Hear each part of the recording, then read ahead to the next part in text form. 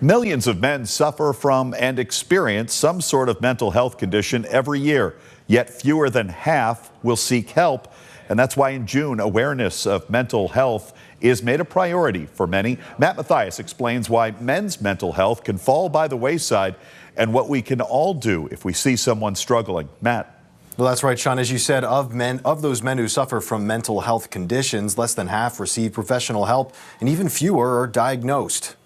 Anyone can have battles with their mental health, but for men, stigma has always played a role in getting help or admitting to struggle. And when you're told constantly to hold it in and not talk about it, you have to hold it together for the family or whatever your situation may be, it can get very tough.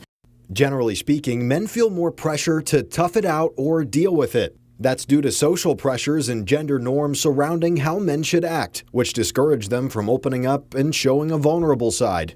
But men suffering mental health conditions are 4 times more likely to take their own life than a woman. Untreated issues tend to lead to more risky behaviors and moods. What we see a lot of the time is individuals turn to substance misuse because it helps in the moment for them to cope, which is very unfortunate, instead of dealing with the problem that is at hand. You never want to get to that point where substances become a problem for you or that you're thinking about taking your life, unfortunately. Some symptoms you may start to see in someone struggling with their mental health include becoming antisocial or angry, a loss of appetite, and having regular disruptions in sleep.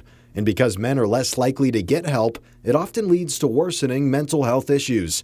So how can you be there in their time of need? If you think someone might be struggling, just have that conversation and openly ask them if they're doing okay. Also, a common misconception is that, you don't want to ask someone if they're thinking about killing themselves. It's actually encouraged to do that, just because if they are having that thought, you having that conversation can actually save their life. And you can head to our website, yourerie.com, to learn more about how NAMI is hoping to help stomp the stigma of mental health struggles and for a number to call if you or a loved one is suffering. Sean.